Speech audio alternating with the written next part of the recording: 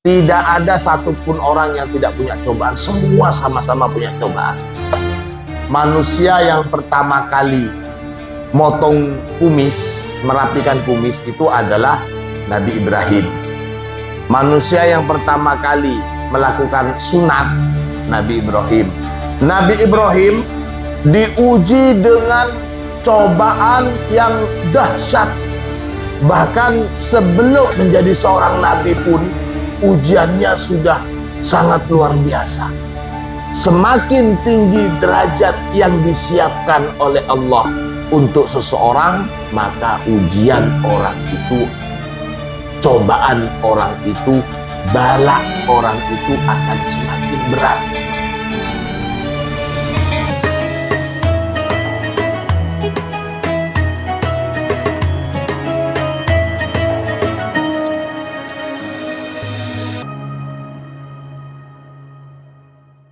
Anak-anakku sekalian, segenap santri Al-Munawwariyah rahimakumullah. Alhamdulillah, pada Ahad pagi ini kita bisa memulai pengajian kita setiap Ahad pagi setelah sebulan kemarin kita libur Ramadan dan Lebaran. Mudah-mudahan liburan kalian menjadi liburan yang penuh berkah, manfaat, dan semakin menambah semangat serta motivasi. Amin. Allahumma amin. Kita masih meneruskan pembahasan tafsiran ayat 124 surat Al-Baqarah. Allah Subhanahu wa taala berfirman, A'udzu billahi minasyaitonir rajim. Bismillahirrahmanirrahim. Wa idzibtala Ibrahim rabbuhu bikalimatin fa'atammahun. Qala inni ja'iluka linnasi imama. Qala wa min dzurriyyati. Qala la yanalu ahdidz zalimin. Ingatlah wahai Muhammad, ketika ibtala Ibrahim rabbuhu. Ibtala telah menguji Ibrahim pada Ibrahim, rabbuhu siapa Tuhannya, menguji bikalimatin dengan kalimat atau dengan kata-kata. Kalau bahasa anunya, para mufassir memaknai kalimat di sini macam-macam. Mulai dari masalah fitrah, yakni al-kalimat al-asru. Mulai dari potong kuku, sunat, kemudian motong bulu ketiak, memangkas bulu kemaluan, bahkan memotong kumis.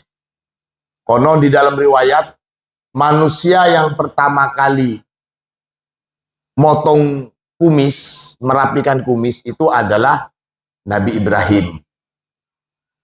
Manusia yang pertama kali melakukan sunat, Nabi Ibrahim. Nah, itu semua ujian-ujian dari Allah. Manusia yang pertama kali menjalankan perintah untuk motong bulu ketiak, Nabi Ibrahim. Itu kalimat semuanya. Jadi diuji mulai Nabi Ibrahim itu mendapatkan ujian dari Allah, mulai dari hal-hal yang sepele sampai yang sangat-sangat berat. Nabi Ibrahim diuji dengan cobaan yang dahsyat. Bahkan sebelum Nabi Ibrahim diangkat menjadi seorang nabi pun, ujiannya sudah sangat luar biasa. Kita tahu Nabi Ibrahim itu diuji mulai dari yang berkaitan dengan diri Nabi Ibrahim. Ibtalahullahu ta'ala fi nafsihi. Nah, itu di dalam diri Nabi Ibrahim. Kemudian wa ibtalahu fi ahlihi. Nabi Ibrahim juga mendapatkan ujian dalam hal keluarga beliau, maksudnya istrinya. Istri yang baru punya anak, yakni Siti Hajar. Anaknya namanya Ismail. Anak yang selama ini didamba-dambakan oleh Nabi Ibrahim. Nabi Ibrahim lagi sayang-sayangnya kepada istri dan anaknya yang baru, kepada istri yang baru melahirkan, itu maksud saya. Diuji oleh Allah untuk membiarkan Hajar dan Ismail di tengah gurun yang tandus dan panas. Di sini wabtalahu fi ahlihi hina amarahu ayat rukahum fis sahra. Dari ujian Nabi Ibrahim untuk meninggalkan istri dan anaknya di satu lembah yang tandus, itu juga menjadi sebab cikal bakal pelaksanaan ibadah haji dan umroh. Dan menjadi sebab ramainya kota Mekah sampai saat ini. Itu kita sudah. Nah, sekarang kita masuk selanjutnya. Wabtala, dan menguji siapa Allah hu kepada Ibrahim fi ibnihi, di dalam hal putranya Ismail, yakni Ismail alaihi salam. Hina ketika amaro menyuruh hu pada Ibrahim Ta'ala, siapa Allah Ta'ala, bidhibhihi, dengan menyembelih Ismail. Jadi masih belum selesai ujian Nabi Ibrahim. Setelah disuruh meninggalkan istri dan anaknya yang masih bayi di satu lembah yang tandus, yakni Mekah,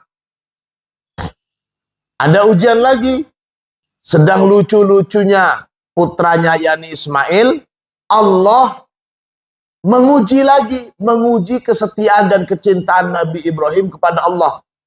Bisa kita bayangkan bagaimana perasaan Nabi Ibrahim dalam ujian.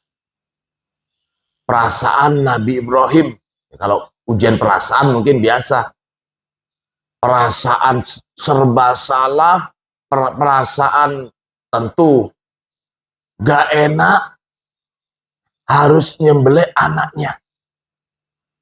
Itu sudah perasaan yang mungkin kita tidak nutut. Kita bayangin saja dengan diri kita, dengan kalian. Bagaimana perasaan kalian enak-enak tinggal di rumah, mondok. Itu perasaan juga. Enak-enak tinggal di rumah, mondok, deres. Setelah sebulan lamanya kemarin megang HP, komunikasi enak, masuk pondok, HP dititipin, nggak boleh megang HP. Itu perasaan yang jauh tidak ada bandingannya dengan perasaan Nabi Ibrahim disuruh menyembelih anak yang sangat dia cintai. Itu ujian.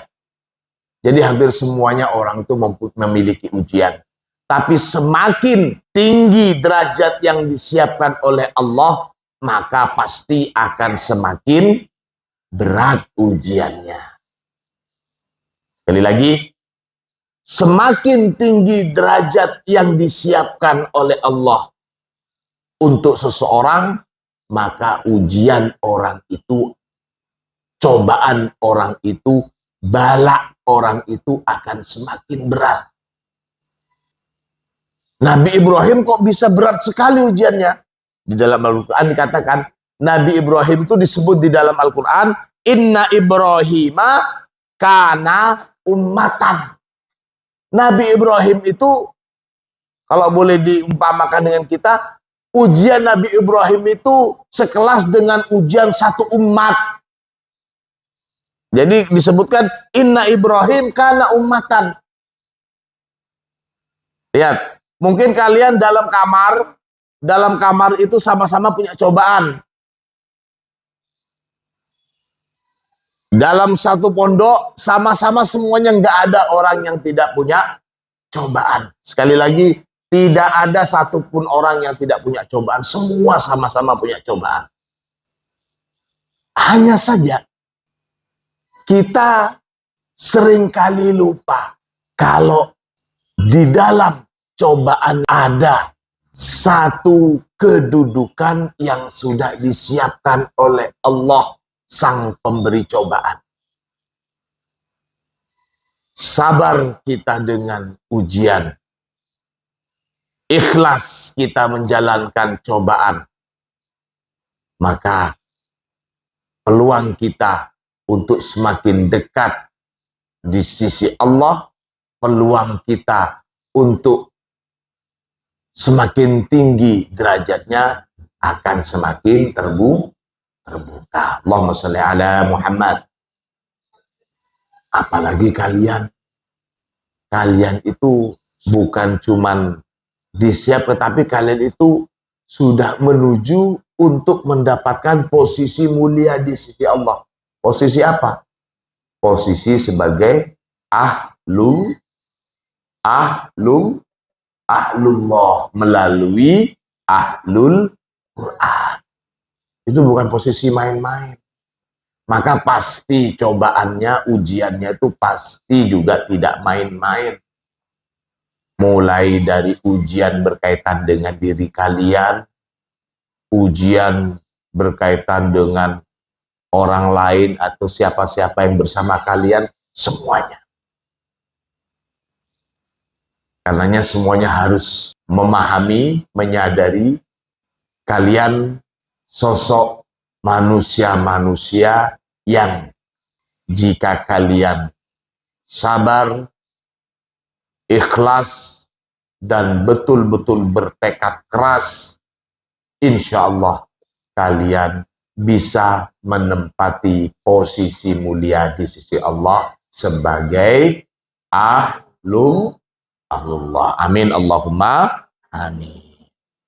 Pun wabtalahu Ibrahim wabtalahu fi ibnihi Ismail alaihi salam hina amarahu ta'ala bidibhihi falamma inso'alil amri falamma maka ketika inso'a bersegera siapa Ibrahim lil amri untuk perintah, maksudnya bersegera melaksanakan perintah, sudah akan menyembelih Ismail, fada maka mengganti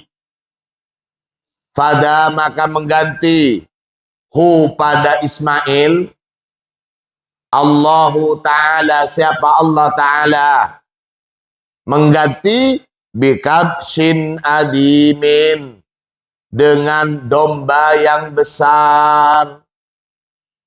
Ketika Nabi Ibrahim sudah siap menghunuskan pedang di leher Ismail, dan ketika Ismail sudah ikhlas akan disembelih oleh ayahnya, maka seketika itu juga Allah mengganti Ismailnya. Jadi yang mau disembelih bukan Ismail, tapi berubah domba yang besar. Ini fadahullahu ta'ala bikabsin nadimin wa asbahat, dan menjadi apa, menyembelih domba, menyembelih kambing, menyembelih onta atau sapi, sunnatal udhiyati, menjadi sebagai kesunatan pengorbanan, ila yaumiddin, sampai nanti hari kiamat.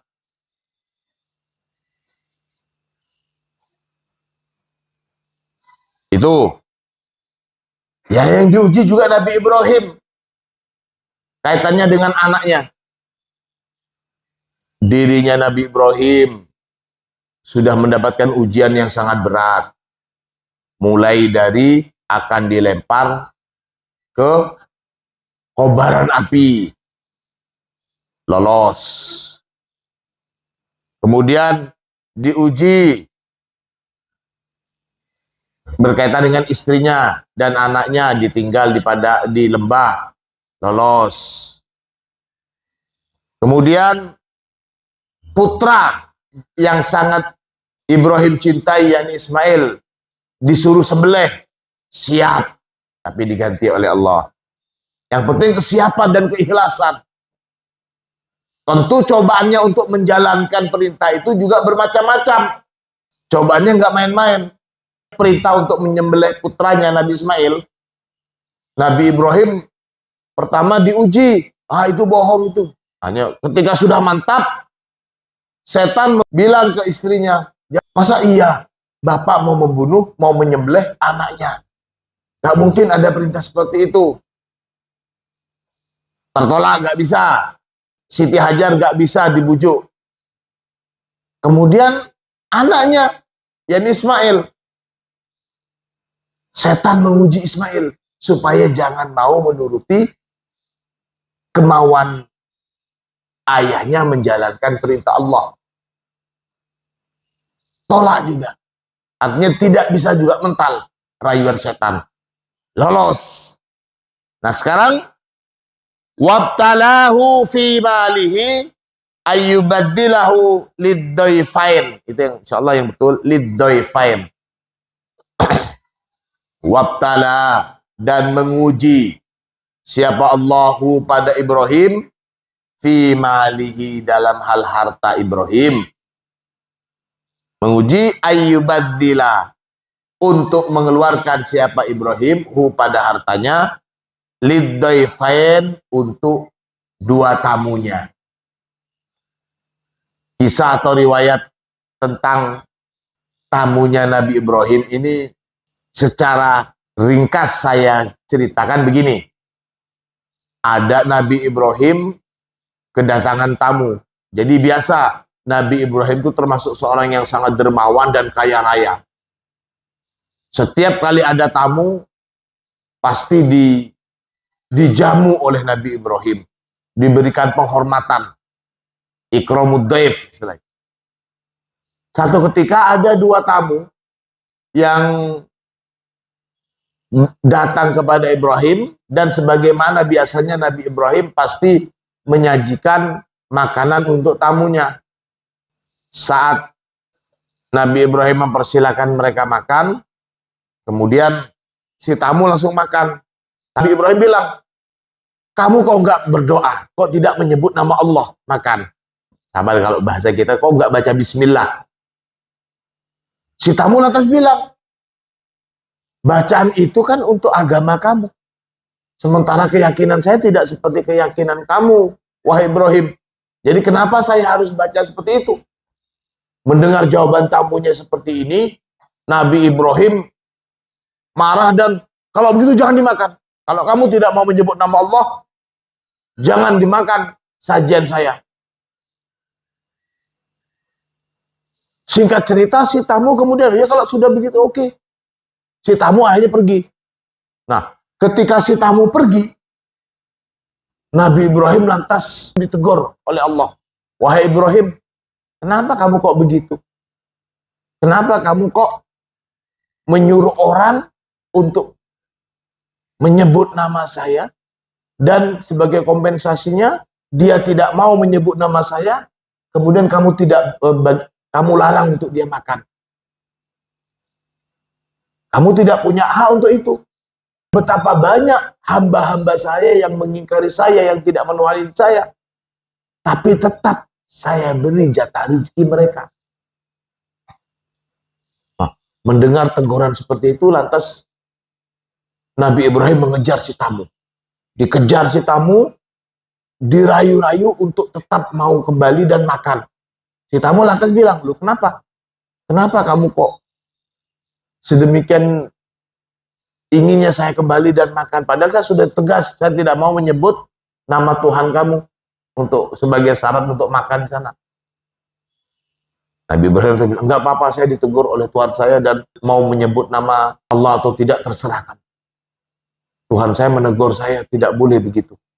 Nah, mendengar penjelasan Nabi Ibrahim seperti itu, seketika itu juga dua tamunya ini kemudian mengikuti agamanya Nabi Ibrahim. Allahumma sholli ala Sayyidina Muhammad. Wabtalahu aidan bil hijrah min diyarihi bil Iraqi ila Palestin.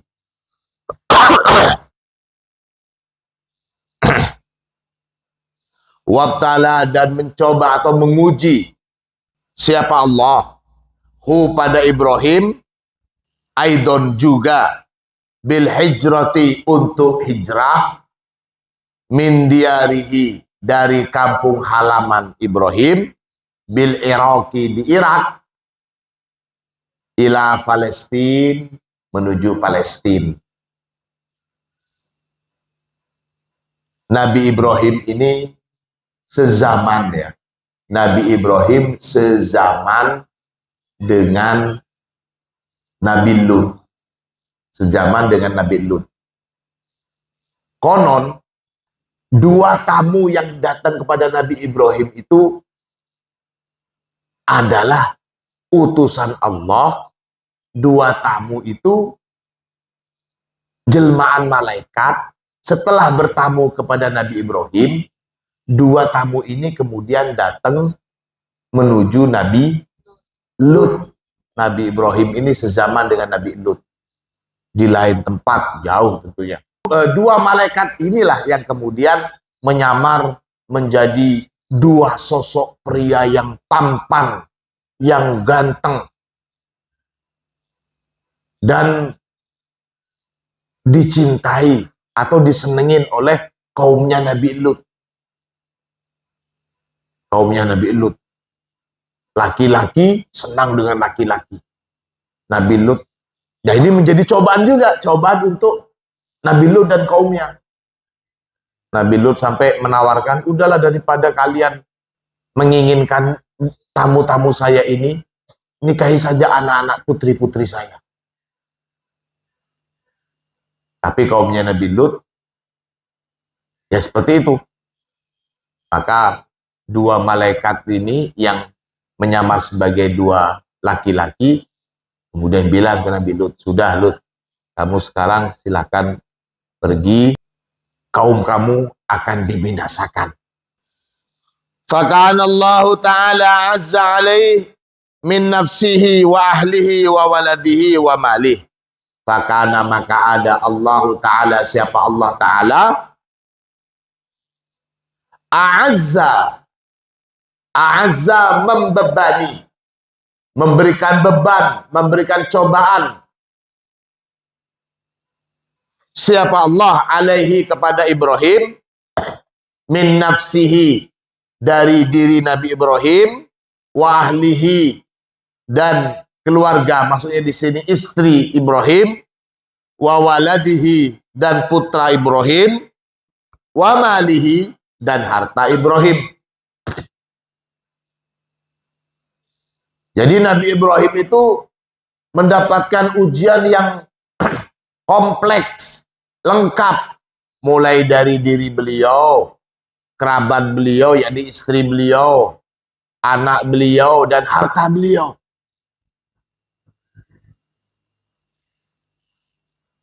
Setelah itu, summa kemudian ibtala, memberikan ujian.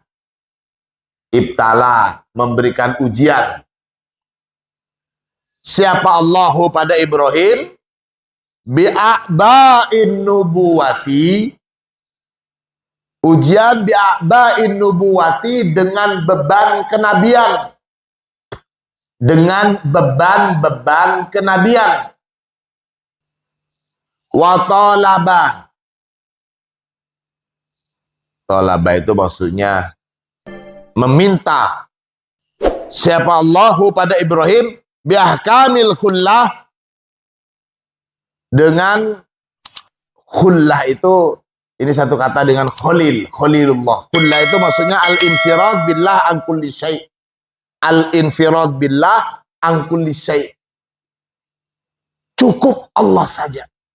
Jadi tidak menghendaki siapa-siapa. Nabi Ibrahim dikasih anak, tapi Nabi Ibrahim membuktikan bahwa Nabi Ibrahim lebih mencintai Allah dibandingkan anaknya. Nabi Ibrahim dikasih istri, tapi Nabi Ibrahim juga menunjukkan lebih mencintai Allah daripada istrinya. Bahkan Nabi Ibrahim juga lebih mencintai Allah dibandingkan diri Nabi Ibrahim sendiri. Nah, itu maksudnya al-khullah. Jadi Khalilullah. Siapa namanya? Khalilullah. Waduh. Khalilullah mana? Jadi tidak ada dalam pikiran, kecintaan dan bahasanya selain Allah. Tidak ada hal yang lebih menarik baginya kecuali Allah.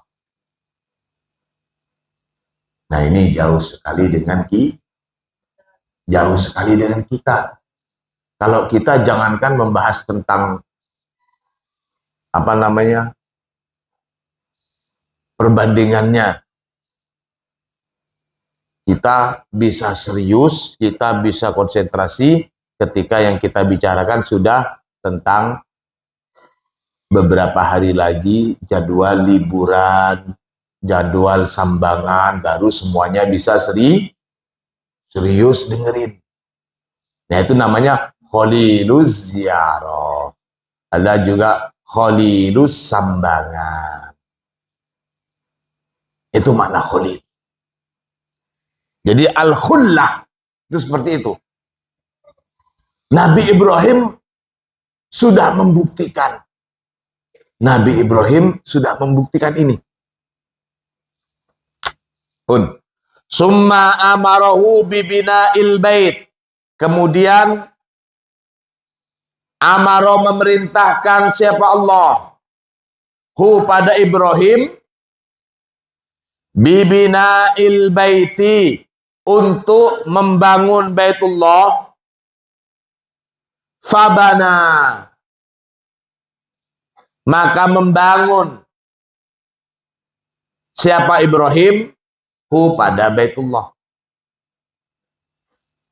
Wakana, dan ada bina'uhu, apa membangun Baitullah pada waktu itu, fi ghayatis su'ubati, dalam kesulitan yang luar biasa. Membangun Ka'bah waktu itu, membangun Baitullah dalam kesulitan yang luar biasa. Kita tidak bisa membayangkan seperti sekarang ini. Posisi Masjidil Haram di Mekah sekarang ini nampak datar, karena sudah disesuaikan dengan konstruksi untuk bisa lurus. Padahal kalau dilihat ke bawah, di bawahnya teras masjid itu masih ada lagi jalan ke bawah. Nah, itu saking dalamnya dulu. Saking dalamnya posisi Baitullah itu. Nah, sulitnya apa? Karena fa'innal jabal alladhi yanhituna fihi, karena sesungguhnya gunung alladhi yang yanhituna fihi, gunung untuk apa kalau bahasa kita, kalau kalian ke Sumber Manjing itu ada bukit yang di apa namanya? Kalau di sana kapur, yang di paha diambil kapur. Tapi kalau di sini batu. Untuk mengambil batunya itu jauh tempatnya. Kemudian dibuat tatakan membangun Baitullah ini. Fa innal jabal alladhi yanhituna fihi al-ahjara kana ba'idan. Nah, ini. Yanhituna, tempat memahat atau tempat mengambil batu, al-ahjar ini kana, ada apa, jabal, ba'idan, jauh. Fakanat hunaka, fakanat, maka ada hunaka, Su'ubatun kabiratun, terdapat kesulitan yang sangat luar biasa fi qat'il ahjar, di dalam memotong bebatuan, wa binaiha, dan menyusunnya kembali. Walakin Sayyidana Ibrahim alaihissalam, akan tetapi Sayyidina Ibrahim atamma kullama ibtalahullahu ta'ala bih. Atamma, menyempurnakan atau melakukan dengan sempurna. Siapa Ibrahim? Kullama, pada setiap apa-apa, ibtala, yang telah menguji, ibtala, yang telah menguji, hu, pada Ibrahim, Allahu Ta'ala, siapa Allah Ta'ala, bihi, dengan ma, waqama bihi, waqama bi, dan melakukan atau menjalankan, waqama bi, dan menjalankan. Siapa Ibrahim? Hi, pada ma, pada perintah itu, khaira qiyamin, dengan sebaik-baiknya pelaksanaan. Tidak dikerjakan asal-asalan. Nah, yang penting menjalankan kewajiban, mendapatkan perintah sholat, ya pokoknya melepas kewajiban. Nah, Nabi Ibrahim tidak seperti itu. Nabi Ibrahim menjalankan perintah dan cobaan dari Allah itu tidak asal-asalan. Tidak asal-asalan. Dilakukan dengan sempurna. Mulai dari perintah potong kuku, potong kumis, disuruh sunat, khitan, belum ada sebelum Nabi Ibrahim. Jadi bisa kita bayangin, belum pernah dilakukan, belum pernah ada yang mencontohkan, tahu-tahu ada perintah untuk khitan. Pada waktu itu masih belum ada suntikan, masih belum ada bius, belum ada silet, belum ada khitan laser itu, Srit. Nabi Ibrahim pada waktu mendapatkan perintah untuk sunat itu usianya 80 tahun. Usia 80 tahun dan pakai kampak bil kudum. Dan saya yakin pasti ada kisah-kisah bagaimana anggapan-anggapan lucu atas perintah khitan itu. Nabi Nuh ketika disuruh bikin perahu, diolok-olok sama kaumnya, bikin perahu kok di gunung, dan seterusnya. Nah, itu hal-hal seperti itu tentu melewati ujian perasaan, ujian harga diri, sudah terlewati semua. Kalau kita hanya mendapatkan omongan saja, itu sudah menjadi ujian yang sangat berat sekali. Kalau kita hanya perasaan nggak enak saja, nggak enak, nggak nyaman, itu sudah merasa ujian. Nabi itu tentu jauh lebih besar ujiannya. Jadi sekali lagi, semakin tinggi derajat seseorang yang dipersiapkan oleh Allah, maka pasti akan semakin berat cobaannya. Itu.